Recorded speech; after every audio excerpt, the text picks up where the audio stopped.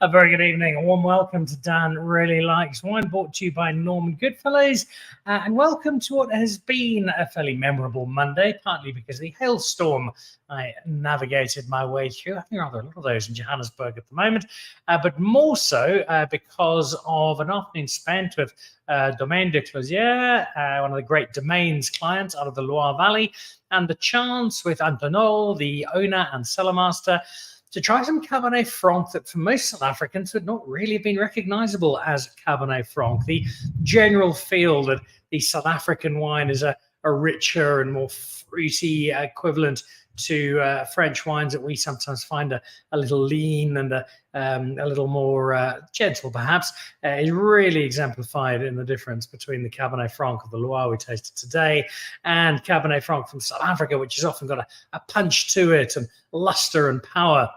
This was wine that was very different. It was very subtle, very delicate, very elegant, not much tannin. In fact, one of the wines wasn't even made with any oak, whereas oak is usually a fairly important component of Cabernet Franc as a single varietal. But we do have a Cabernet Franc show coming up in the next 6 weeks or so, where we'll look at how South African Cabernet Franc has stepped away from just being a component of a blend and now has its own individual place in the sun. But putting that Cabernet Franc in the context of French Cabernet Franc will make for both vivid contrast, but also, I think, a greater understanding of the grape and its potential. So thank you to Derek Kilpin and his team. It was a really good afternoon. Very good weekend as well, with some splendid wine drunk, including, in celebration of my parents-in-law's 50th wedding anniversary, some 1974 Paarl Claret from the Stellenbosch Farmers Winery, which had held up admirably, still going, and very happily so 50 years on. It was a delight to drink, amongst a number of other delights, but a very good evening at the Old Oak with Chef Ransley Peterson and his 8-course chef's table on Saturday. But that's 74 Paarl Claret, the highlight and part of a very, very memorable evening. Great wine that was drunk over the weekend, which leads rather nicely into great wine made by our special guests today. Now, the theme for our show, we have a selection of winemakers, 3, possibly 4, who are at the helm of some of South Africa's best-known wineries. But they are also winemakers who have, or in one case recently had, their own personal private labels running alongside the day job, so to speak. So how does that work? How do you balance the two? How do they complement each other? Why is this a done thing in the wine industry, making your own product that your current employer currently employs you to make? It seems a little counterintuitive, but it seems to work really well if you ask the winemakers and the wine proprietors. So on the show today, Henry Kotze from Mulderbosch joins us, the man behind Pilgrim Wines. Justin van Wyk with his Van Wyk family wines. He is also winemaker at Constantia, Glen, and cellar master. Rudger van Wyk, who's been in the news of late, making the move from Stark Conde across to Doolhof in Wellington. Recently had Karatara, and we're hoping, harvest allowing, to rope Abrie Beeslaar, who is at Kanonkop, but not for much longer. He has his Beeslaar family wines, which he's moving on to focus on. And that's a story we very much want to include. So hopefully Abrie is able to join us. Either way, some great winemaking talent, some terrific stories to tell. And we shall do exactly that after a quick look at some wine news.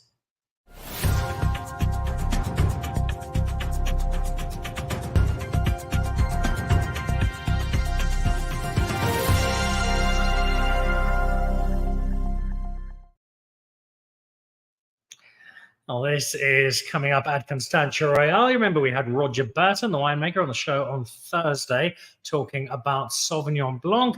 This is the chance to join Roger's team for an evening of pizza, live music, and unsurprisingly some wine. And the tunnel. They've got a tunnel that goes under the highway as part of the Constantia Royale project. And this is an opportunity to explore that and hang out over some really good wine that Roger is making. And that's the 8th of March. So that's back end of next week. You can head over to the Constantia Royale website. Not too many tickets left, so nip over. In fact, they're available on Quicket. My apologies. Tickets available on Quicket, but get there fast. And Great Domains. This is the wine I was talking about a little earlier, the Domaine de Clozier. What was really interesting about this story is that Antonolu, who is the owner and the winemaker, wasn't in the wine industry until about 5 years ago. He was working in the corporate sector in Paris. He was a financial consultant. Decided that nope, he'd had enough. It was time to enter the world of wine. He'd always had a great passion for wine. And so he left and moved over to the Loire Valley, purchased some land, and has now kicked off a project that, based on the wine we drank today, has got a very, very bright future. The Loire Valley, maybe not quite as well known to South Africans as Bordeaux or Burgundy or Champagne, but it produces great Chenin Blanc, some of it almost as good as South African, and a selection of Cabernet Franc, very different in style, as I suggested earlier, to much of our South African Cabernet Franc, but wine that tells a wonderfully elegant and vivid story of the terroir from which it comes. So Domaine de Clozier, and you'll see coming up in the next few weeks my interview with Antonol, the owner and winemaker, as he tells his story, his journey into wine, and one he is thoroughly enjoying. A Black Elephant Vintners, this is the 19th of March, silent disco, just the kind of thing the Black Elephant Vintners team would do, put together music and wine, tasting to the beat, and this will be at Norman Goodfellows in Fourways, Tuesday the 19th of March. Costs you 100 Rand to come along and join us, and it promises to be a slightly different evening to most tastings, but one backed up by some really good wine. Jacques and Raymond have got a terrific brand that's only gaining momentum, and this should be a fun night out. One of a number of tastings. I might see you tomorrow if you happen to be with us at Norman Goodfellows. That's the Avondale tasting with Jonathan Grieve, which takes place tomorrow evening. Might see you there if you're coming along. All right, let's move into this evening's show, where we are joined initially, at least, by Rudger, by Justin, and by Henry, hoping Abrie will join us shortly. Guys, a warm welcome. Lovely to have you all on the show. Henry Kotze at Mulderbosch, Justin van Wyk at Constantia, Glen, and Rudger van Wyk. I think this was on both pages of the Wellington newspaper, Rudger, when you moved over. This massive signing sneaking you away from Start Conde and over to Wellington. Congratulations on the move. It's obviously an exciting one for you. Tell us about it, about the opportunity that comes up at a time like this, and how difficult it is to decide whether to take on the new adventure or to stay with something you know so well. Yeah, thank you, Dan, for having me. I have another new hat on, and not the Stockholm hat in Stellenbosch anymore. And yeah, it's quite special. Everything happened quite quickly. And it's all over the newspapers in Wellington, about the next big signing. But yeah, it's a special place, Doolhof. Everything happened so quickly, actually. I actually moved away from Stockholm to start my own project, new project. And right before Christmas, I got the call, and Doolhof approached me with a new project and invited me to, come over to their place and look at the area. And I must say, it's quite a special spot. And I'm quite a sucker for mountains and vineyards being planted in high altitude mountains. And the whole project there, it's about making unique terroir-based wines. And, from a personal perspective, I wanted to start making wines from different areas. I'm always intrigued by special growers and special sites. And with my, humble personality, it was definitely a new challenge that I wanted to take on and, challenge myself on making something else, work with different cultivars. So, let the party begin. And you picked a busy time to touch down at your new home out in Wellington. As you arrive, you've obviously got grapes that have come in from previous winemakers already sitting in barrel. You're working on vintages that have been kick-started by somebody else. How difficult is it to find your feet and to pick up the baton of where your predecessor has left off? Well, it can be challenging, and I think Abrie, if he's on or not, again, like he's been one of my winemaking mentors, and like he always used to say is, you need to keep it simple. And that's probably what my strategy is for this year. It's about walking through the vineyards, tasting the grapes, keeping the winemaking as simple as possible, not being Professor Frankenstein all from first year, and just identifying on what the brand ethos is, and where they see themselves growing, and literally what grapes are basically the star of the show on the property. A brand new chapter for Rudger, brand new chapter for Doolhof as well. We'll have a look in more detail at Doolhof later on in the show. Also, guys, are very busy in other parts of the winemaking world. Let's touch down in Constantia. Justin, lovely to have you back on the show. Before we go into the Van Beek family wines, it'll have been a busy time with Constantia. Glen, how's the Constantia harvest looking for you? Is this one that puts a big smile on your face? Yes, thanks, Dan. Thank you for having me. And yes, certainly so far, the harvest is definitely putting a smile on all of our faces. It's probably because, it's roughly 10 days earlier than we would consider normal. And it's been obviously very dry. And the grapes are incredibly healthy, really good quality. We can't complain. So from a Constantia perspective, we've finished our Sauvignon Blanc. We finished Sauvignon Blanc at the end of last week. We still have some Semillon, but we're going to get stuck into reds from tomorrow. So it's all going swimmingly.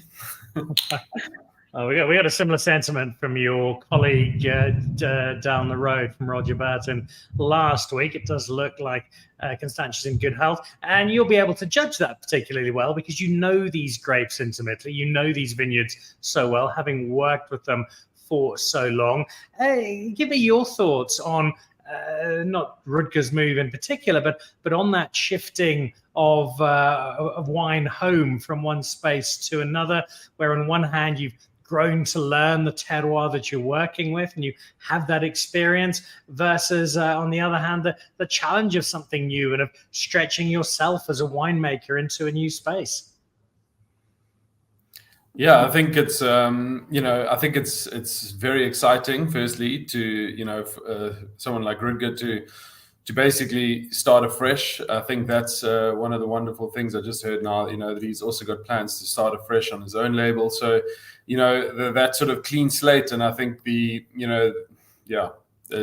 approach is already perfect, just to first learn about the vineyards, learn about the grapes, and let the grapes first teach you before you start, putting your own sort of fingerprint on it. And, certainly from working, I've been at Constantia Glen now. This is actually my 17th harvest at Constantia Glen. And it's just, I also enjoy the fact that, I can really, sort of trust my instincts in terms of knowing which vineyards you can push with ripeness and which ones you can't, or even sections within a vineyard. And it's really fascinating, to actually see how a vineyard performs and what we do in the vineyard in terms of, whether it be soil management, canopy management, and being able to see those results after so many years. There's a great sort of satisfaction with that as well. And I mean, even with my own label, I've been working with the same Syrah fruit from Elgin basically since 2016. So I enjoy being able to sort of make small incremental, what I would consider improvements. I suppose that's really what the aim is to continue learning so that you can, continue improving your product. And the proof is in that product, as anyone who's had Constantia Glen will know. But there is still that space for experimentation, which is the Van Beek family wines, and we'll jump into those in a second. Let's head over to Henry. Henry, you've also done a bit of moving around. You've spent some time in different wine estates. For the winemaker you are today, and you've had considerable success, how important is it to have gone through that hands-on education of working with different wineries, working with different terroir, and going through the education that process affords you? Yeah, Dan, goodness, that's extremely important, I think, to be able to work with different terroirs, different grape varieties, different people, because at the end of the day, the wine industry is made up of people. It's made up of people that you work for, people that you work with, and it's a very special place, our South African industry. One that, as a winemaker, you just continue to grow. It's not only the grapes and the wine that sort of show you a direction, but sometimes you've got to in all the places that you work for, you've got to make a certain style that's been there for how many years, whether the cellar is old or new. It's got a specific style that you as a winemaker have to continue with. So just to add on a little bit to what Rudger said, it's a bit of a challenge coming in as a new winemaker, taking over somebody else's reins and perception of where the style is and how to go. But it's a big learning curve, and that is what wine tends to do. Different cultivars, different terroirs. Every single vintage is different. This year, especially different from others. We are so much earlier. The sugars are different. The phenolic ripeness is different. pHs and TAs are all over the show. I mean, what's not to love? It's an exciting industry for sure, and you can only grow. It's also one that's very different to many others in that we spoke laughingly of comparing Rutger's move as Messi leaving Barcelona to Paris Saint-Germain, whether it's the sporting world or the corporate world. When you leave a space, it's not always on the happiest of terms. There's gardening leave and restraints of trade, and yet with the wine world, it's not only an acceptable part of how things work, but the friendships remain, the relationships remain, and this network of support that the wine industry has is still very firmly in place.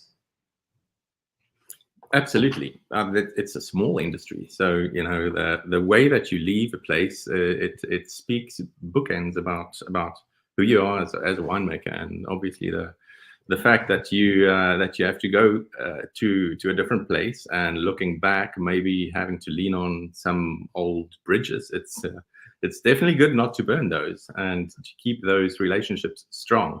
It's like I said, all about relationships, and I think the people in our industry are really important. They're really good people, and it's how you manage those relationships.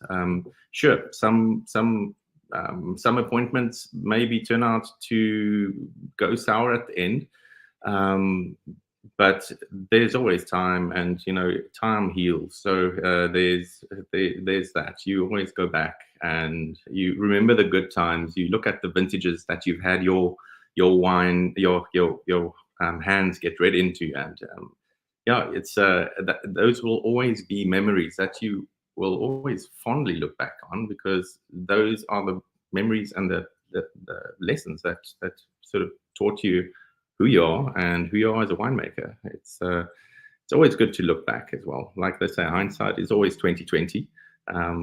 And the challenge is looking forward and to what's next and how to get there. And that is a challenge which our fourth and final guest who has joined us will be looking at in some detail before I cross to him. Morgan Stain is busy watching. Hello, Morgan. Lovely to have you on the show, cheering on Rudger, and very happy to see him there. And Derek Prout-Jones also watching, a man with a cellar I highly envy. One of the great supporters of South African wine.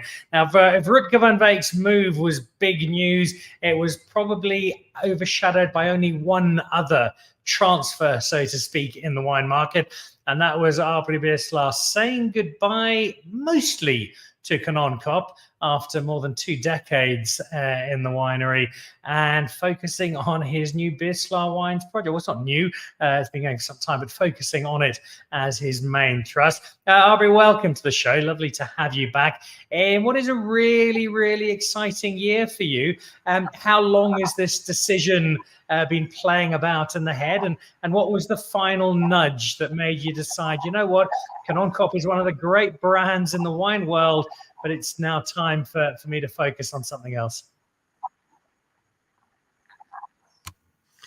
Yeah, Dan, thank you. Yeah, probably I think your whole life you think about doing your own thing. I think most of the winemakers will agree with that. But yeah, you get to a point where you need to focus. And so my own brand's been ticking along since 2012, and there's there's excitement around it. That there's potential around that. It's a need for energy around my own brand. And as you know, Kanonkop has been growing aggressively since the last, probably, since 2002, since we started here. And so it was a difficult decision. So listen, if I want to really give all my attention to Kanonkop, I won't be able to grow my own brand. So I was getting to a crossroads where I had to make a decision, and it was definitely not easy. Kanonkop, although it doesn't say so on paper, was my own farm, was my own winery. It was just a matter of time before I kicked the Krieger brothers out, and then the reality dawns on you, and you realize, listen, you have to make tough decisions. And yeah, so end of last year, things started to come to a point, and we had a discussion, as always, grown up, sitting around the table, discussed, what is beneficial to everybody. So we come to this decision that I will stay on for consulting purposes. We're not appointing anybody in my place. There's a strong team already between Ladybird and Kanonkop that will take over. Paul's daughter, Suzanne, just started as assistant winemaker. So there's a really good team that can take it further. And I will be available for soundboarding, or just another ear to raise my opinion on it. But then I will have the time I need to focus on my own brand, which is the whole thing is quite daunting. But when you look back, I couldn't have made other decision. This was necessary, but all in good spirits. And yeah, it's as important for me, for Kanonkop, the brand, to carry on strongly as it is for me to also focus on my own brand. You are saying goodbye, not in entirety. The consulting role stays on, but the day-to-day role you say goodbye to after what's been a remarkable journey and relationship with Kanonkop. More than 2 decades at the helm, innumerable highlights. The 2015 100-pointer for the Paul Sauer is the one everybody immediately references, but there's been so much more than that in terms of the success. What are the moments when you finally walk out of the cellar for the last time as full-time cellar master, that as you reflect on 20 plus years at Kanonkop will give you the most pride? Yeah, I think I've always had an attitude of this doesn't define me, not an award or a score or nothing you do. The work you put in, I've always had my own standards I try to work towards, and nothing that you win really. It's fun and it's nice to do and to have or to receive these awards, but that's not that was never been the focus. And so I think for me to look back and see at how far we've come, from a 300-ton winery or production to 3,000 tons. For me, that's really the legacy. And yeah, it's to see how the farm has grown, consistency in quality and style. Those are the things that's really tough to achieve, and I think we've done that well. The rest is all bonuses. It's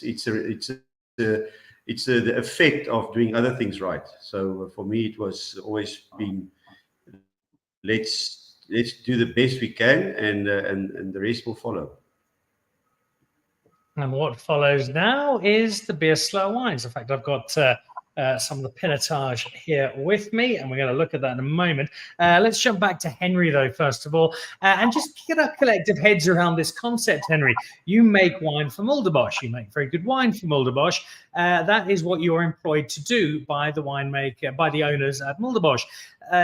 For people who aren't familiar with the wine space, they may well be asking, well, why on earth would your employers allow you to make other wine that's surely competing with your wine? How does this work? It's obviously a convention within the wine industry, but it's one that people outside of it might not be familiar with, might not really understand. So how does this concept work? Why, by and large, are proprietors, owners of wine estates so happy to allow projects like, in your case, Pilgrim Wines, to grow and to flourish?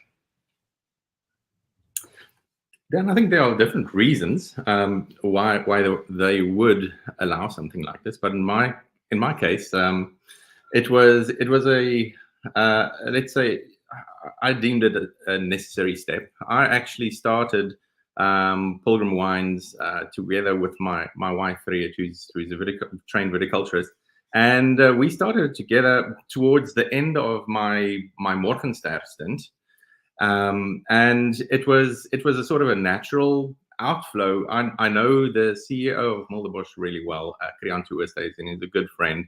And it was a great meeting when he came to me and he said that his good friend and partner Adam Mason is leaving Mulderbosch, and they'd like somebody to take the reins. And whatever I've got on the side, Adam also had his Yardstick and Marvelous and Raised by Wolves, which are fabulous brands on their own, and that settled in nicely together with the Mulderbosch brand. And he's very much in favor of me bringing in something together with me. So it was a fantastic move for me, and the collaboration I think is brilliant, because we do, obviously you've got to sit around the table, like Abrie said, like grown-ups all just talk this through a little bit, because obviously there shouldn't be any type of competition that really reflects badly on any brand.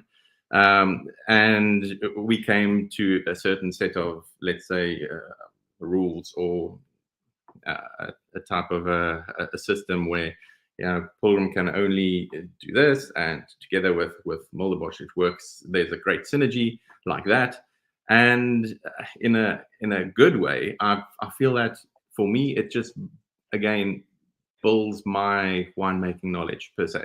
I get the chance to experiment like I've always wanted. I get to build my little dream, play around with cultivars that nobody knows and even knows exists, and get it out there, and do my little part for the diversity of the wine industry. And I pay the school fees to better myself in terms of a winemaking knowledge, and that gets built back into the greater Mulderbosch scheme of things, and hopefully bettering the wines on that side. So in a sense, it's a, like they say, an absolute win-win, I hope. Yeah, your reference to the smaller varietals strikes a chord immediately, because I have in my hand, raise your hands out there if you've ever had a bottle of Bastardo do Castello.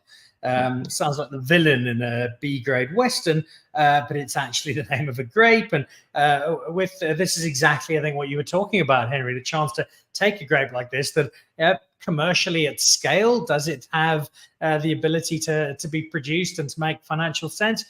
Fairly unlikely, but to be able to do it on your sort of scale with Pilgrim, suddenly it is something that you can do, have a great deal of fun with, and give us a little snapshot of a grape that otherwise would be unlikely to feature on our wine horizons. Exactly. Yeah, that was one of our dreams while we were sitting behind the benches at the university. I've actually got the book to show you. Wyn Cultivars in South Africa, Professor Orfer, and annotations, and showing you all sorts of, how the berry looks like, what the leaf looks like, and what the cultivar is all about. But the book is as thick as that. And what do we have in South Africa? We've got Cab, Merlot, Cab Franc, Sauvignon Blanc, Chardonnay, Chenin Blanc, the normals. And we sat there on the benches and we thought, if somebody doesn't venture and do something with all these other cultivars that are around and we've got it in South Africa, we've got to do something. So it was a very long dream coming to fruition, and it is for me, for us, really exciting to see it unfold, and really happy about most of these cultivars that are now seeing the light. I think people are thinking, okay, wow, this is something else. This is new. This is it's not a blend. It's something complete on its own. What else is there? What else can this wine industry provide and give us? And it's not a cut and paste industry. It's one of huge diversity, and we're just happy to make life a little bit more interesting for people. And that's exactly what Pilgrim Wines do. New Winer of the Year from Plata not that long ago, underscoring just how successful this project has been. So too is Justin's, and a slightly different measure of success in that it's the one bottle of wine I can't show you because we've drunk them all. Justin very kindly sent up a pile of wine not that long ago. It did not last at all. I blame my wife entirely. Justin, I imagine, I know we've talked about this in the past, but not dissimilar philosophy to the one that Henry has just articulated, the chance to have this side project that scratches an itch that perhaps isn't being touched in the current space, and allow you to delve into some different varietals, delve into a different winemaking space, and ideally become a more complete winemaker and a better winemaker as a result. Yes, absolutely, Dan. I think that's spot on. I mean, as you know, I've only ever worked in Constantia. I stepped into Constantia Glen straight out of university. So I started here in 2008, and then just this opportunity came up in around about 2016, and it was basically an opportunity that would allow me to sort of work with varieties, with other regions, with learning from other people and farmers, and you learn so much about viticulture and about just philosophies by meeting new people and working with grapes from new regions. So it was it's very exciting, and just like Henry. So basically at Constantia Glen we focus on Bordeaux varieties. So basically the 5 Bordeaux red varieties and Sauvignon Blanc and Semillon.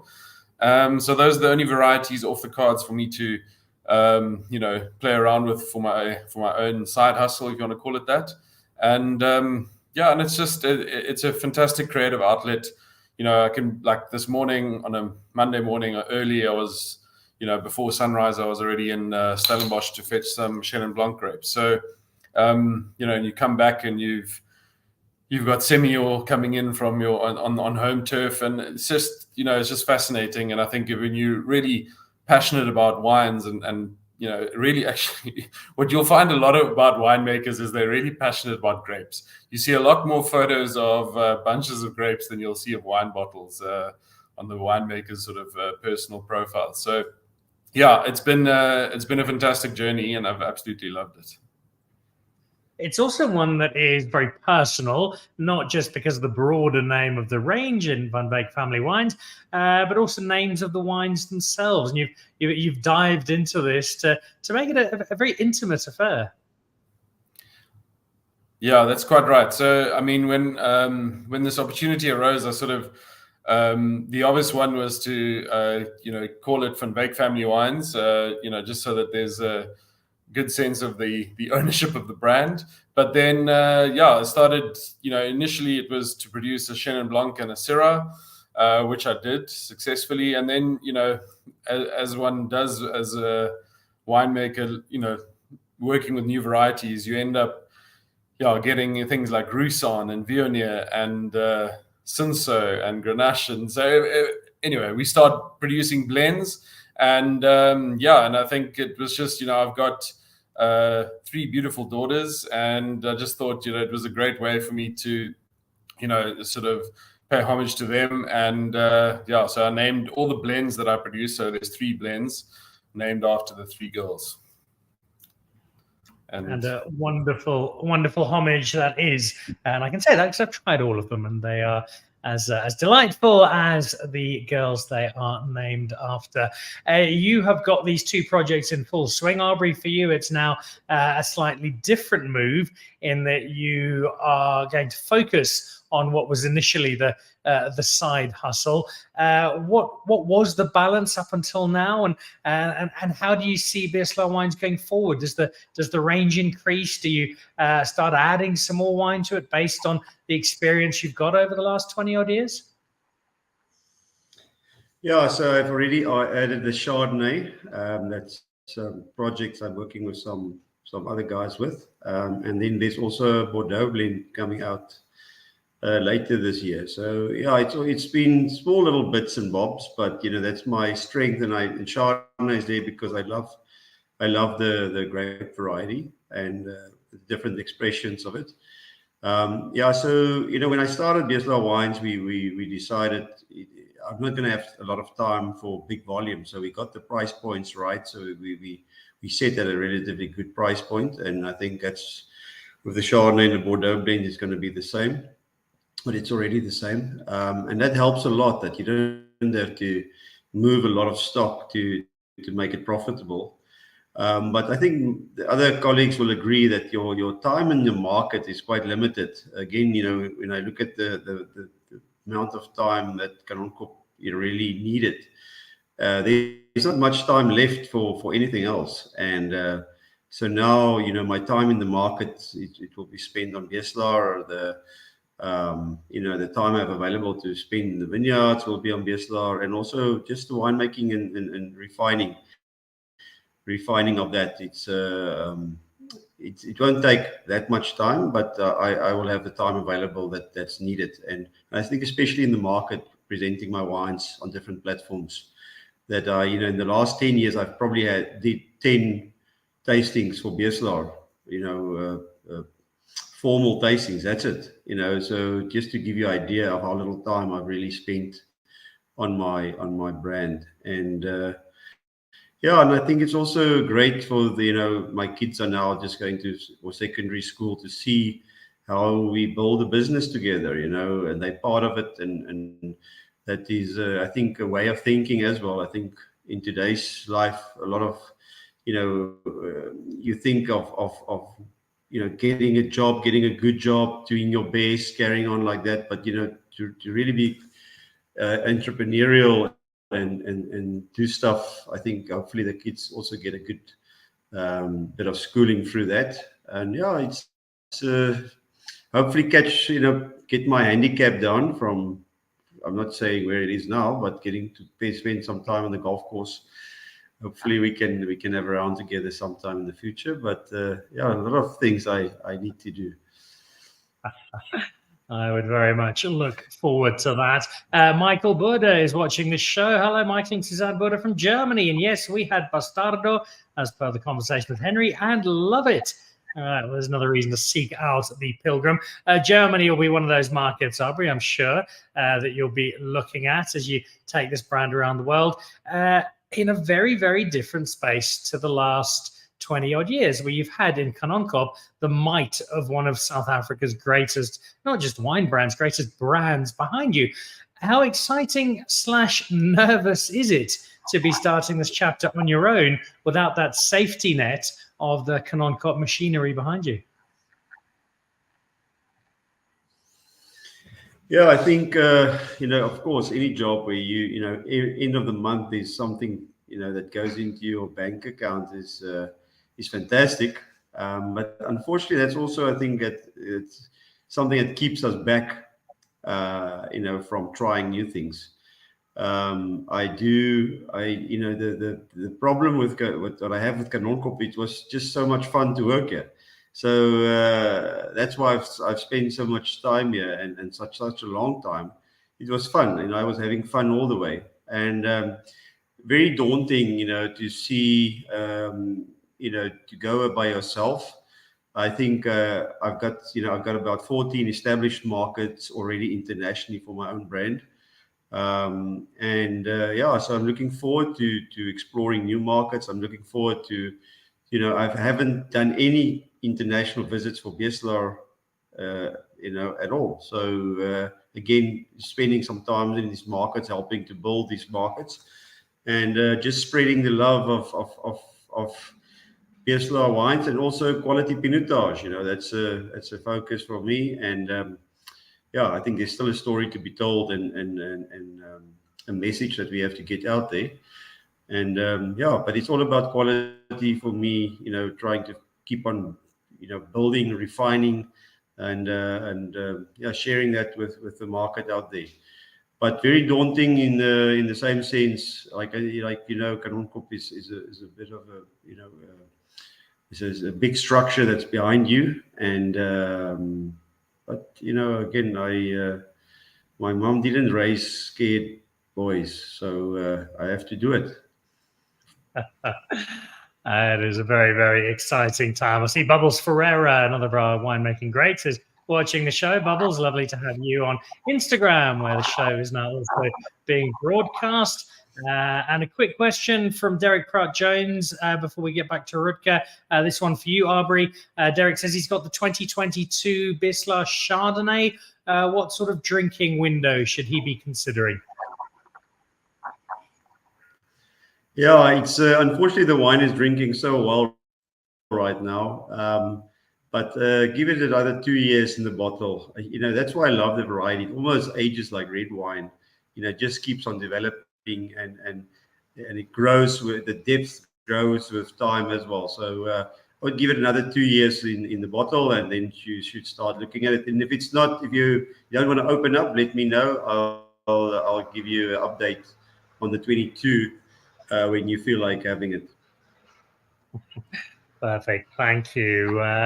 Bubbles Ferreira suggesting 5 years. He likes his wine to have a bit of age on them. And Angela Lloyd watching as well. We've got wine royalty in the audience this evening. Rudger, we've got 3 guys who currently have their side projects. You've just said goodbye to one. You've intimated there is a new one on the way. Let's talk about this one first of all, though. We've got it here, Karatara, which was it a name that meant so much to you and your upbringing? Give us your sense on that side of your winemaking story, how valuable the education was and the process of having a wine that was very much your own. Yeah, Karatara is quite special. And, I got the opportunity to tell the world a little bit more about my story, where I grew up in, not being part of, 5th, 6th generation wine farmers, being able to work with Pinot Noir, which is, they call it the hard baked grape. So, it was definitely challenging. And, again, like Abrie said, like I had a lot of fun times working with the varietals, with the story, with the brand, with the packaging. And also, with a nice, strong company standing behind you. I felt the issue of becoming too comfortable in my position, and I still have a lot to do personally for me and my family, and onwards and upwards.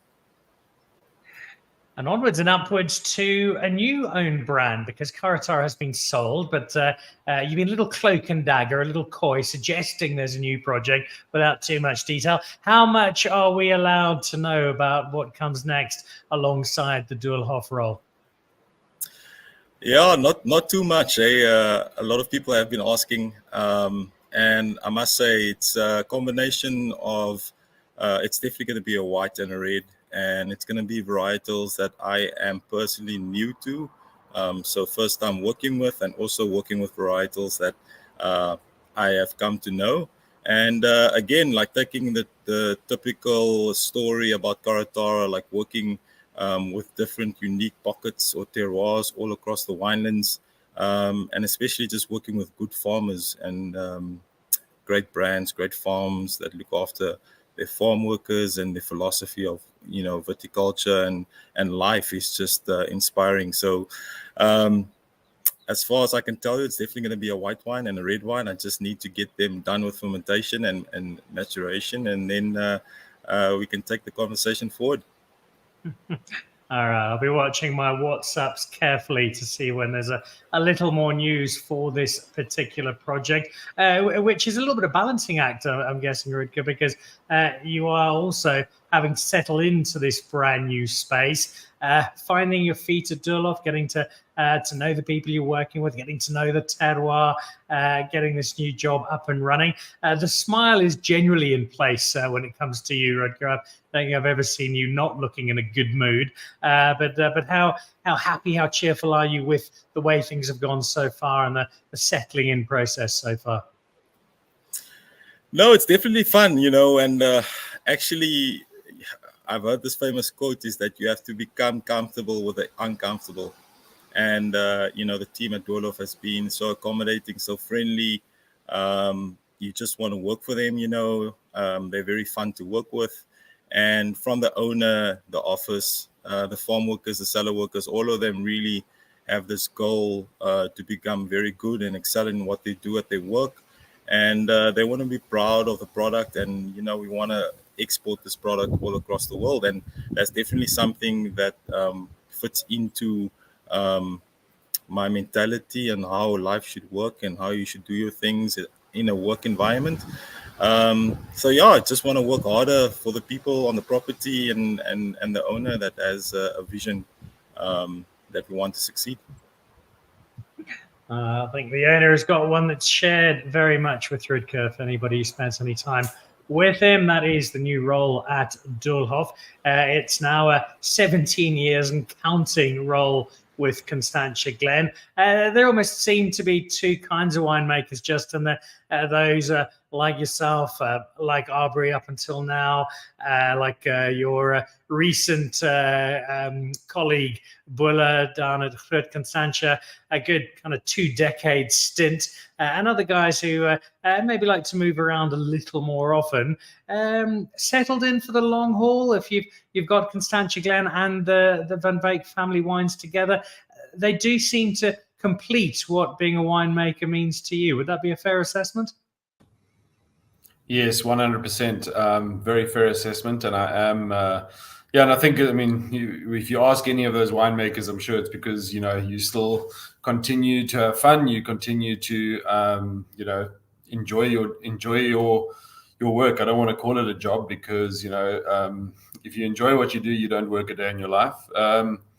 And it's really, it has been very enjoyable, and it's just got even, more enjoyable ever since starting my own brand. So certainly very happy where I am. And I think it's just, there's a great sort of synergy between the two brands. Constantia Glen is a fully focused estate brand. We focus on producing the 4 wines that we do.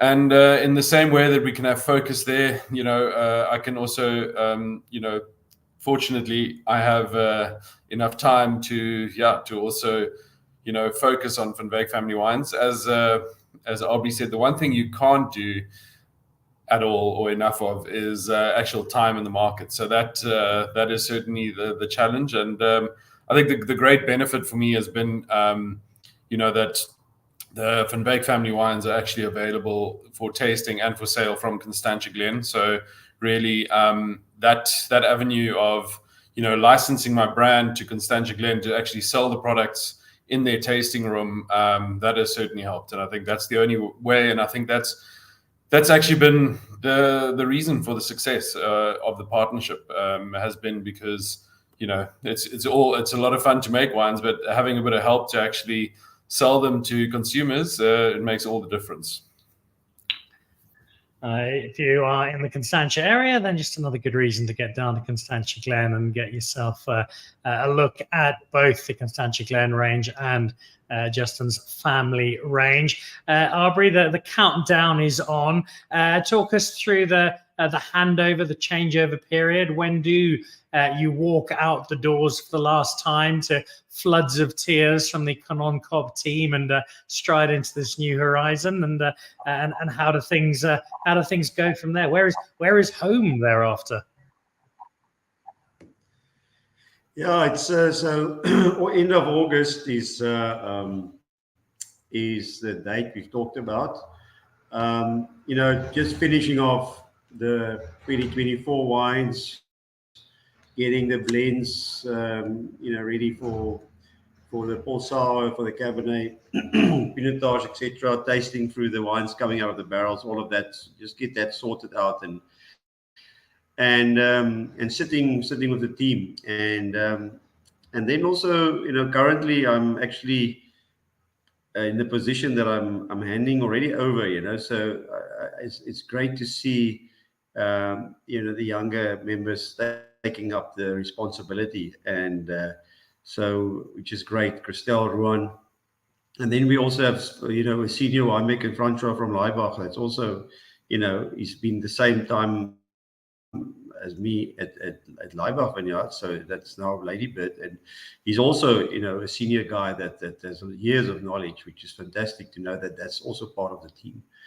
But yeah, it's great to see people taking responsibility, and I've always liked to hand over responsibility. I've never really held on to, this is my little world or domain. And to see them, actually enjoying the new responsibility. And so from August, the idea is that I come in 1 day a week, sit, in the vineyards where I've always been very involved. Say half day in the vineyards, half day in the cellar, soundboarding, tasting, making, planning, and that's it. And so I'm busy in the process of building a house. Hopefully it's finished by when I leave. Otherwise, they stuck with me for another couple of months. But we're busy building a house just down the street from here. And then also, there's a couple of people that wants to invest into my brand, and hopefully Abrie in Stellenbosch will grow from that. And so to have Abrie, I think, is necessary. You can only take the guys from, who's buying to Fat Butcher that many times before they get, they want to see where you are, what you're doing. So I think Abrie is the next step. That's we're in the process of that as well. It is an exciting new chapter for one of the modern greats of South African winemaking. Rudger, just quickly a summary. You've had a chance to get your feet a little wet at Doolhof. What's exciting you most about the wines you're going to be making, and what do you think this first harvest is going to look like? No, I think it was definitely exciting. The harvest is definitely challenging, but what winemaker doesn't like a nice challenge? It's been early combination of heat waves, some cooler weather, like Justin indicated. I think on the property, the focus now is on producing great Chenin Blanc and Pinotage. So Abrie, watch the space. Your protege is going to challenge you soon. We're looking at really good extraction, good color, lower alcohols, and I think definitely a good vintage so far. And that will bring a smile to Abrie's face. There are many who look up to Abrie for the mentorship.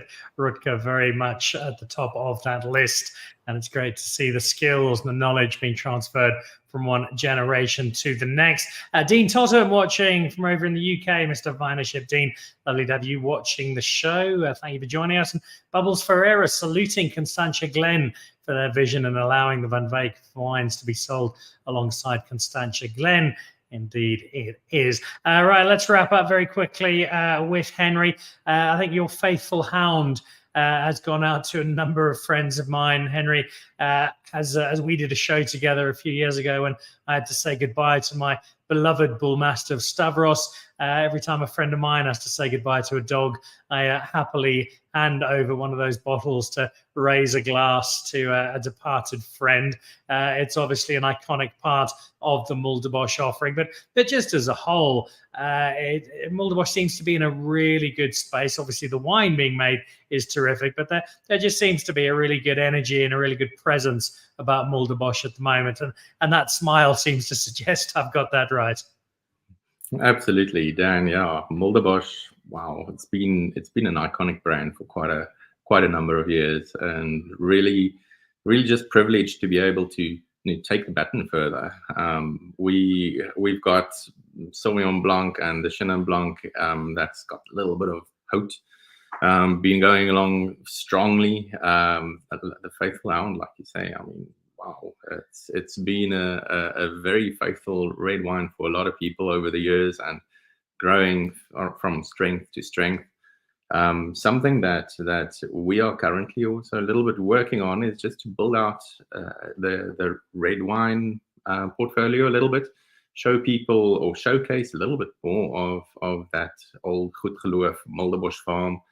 So we've got the single vineyard Cabernet Franc, which is sublime because of those polka dry hills terroir. It's just the most amazingly perfumed, elegant Chinese spicy type of wine. It's really something awesome.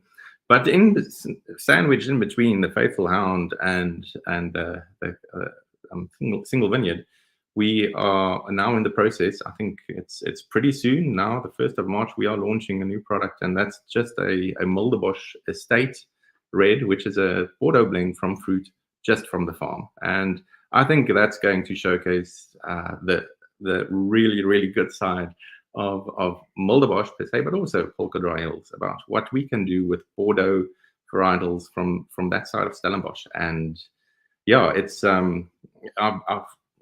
as I've alluded, I've been working with these quote unquote commercial cultivars for quite a while. Cab Franc, Merlot, but from different terroirs all over Stellenbosch. And I must say, this little pocket is something very special. So something to look out for, something to try. It's exciting times, that's for sure. I'll put me on the short list for that when it touches down. A Bordeaux blend from a top Stellenbosch producer. That's got my number on it immediately. Guys, thank you. It's been fascinating catching up with all of you and looking into a space that often throws people from beyond the industry. How can somebody who works for a wine estate still make their own wine that's surely in competition? I think we've realized quite clearly today that it's anything but. The wines complement each other. There's never an actual sense of varietal competition, but also in having these secondary lines, these very personal lines, there's so much education that is flowing through the process that overall enhances the winemaking ability and means that the Constantia Glen or the Mulderbosch or the Kanonkop or the Doolhof is getting added value as a result. And you guys have made that really clear and done so most eloquently. So thank you to all of you. Rudger, best of luck in the new space. Keep us posted on this top secret new wine project of yours once it becomes a little less so. Abrie, best of luck as you move into Beeslaar just about full time, and the addition of your own Bordeaux blend there is one that's very exciting. Henry, Justin, likewise, good luck with both your own harvests and the Mulderbosch and Constantia Glen harvests, and we look forward to having you all back on the show again soon. But for now, with plenty of wine, headlined, I think, by my Bastardo for this evening. I've got some work to do tonight, so I shall head off and do that. And thank you all very, very much for being part of the show tonight. Cheers, Dan. Thank you so much for having me. All the best. Cheers, Dan. Thank you. Rudger van Veeg, Abrie Beeslaar, Justin van Veeg. Rudger and Justin, I don't think are related, but we'll double check that, along with Henry Kotze. Who've all got or had their own individual labels. And I love the way that they're able to work in tandem with the estates they work for, and how they just bring out the best of the winemakers by pushing them a little more into a new direction and giving us some great wines to enjoy as a result. That does it for today. We'll be back with you on Thursday.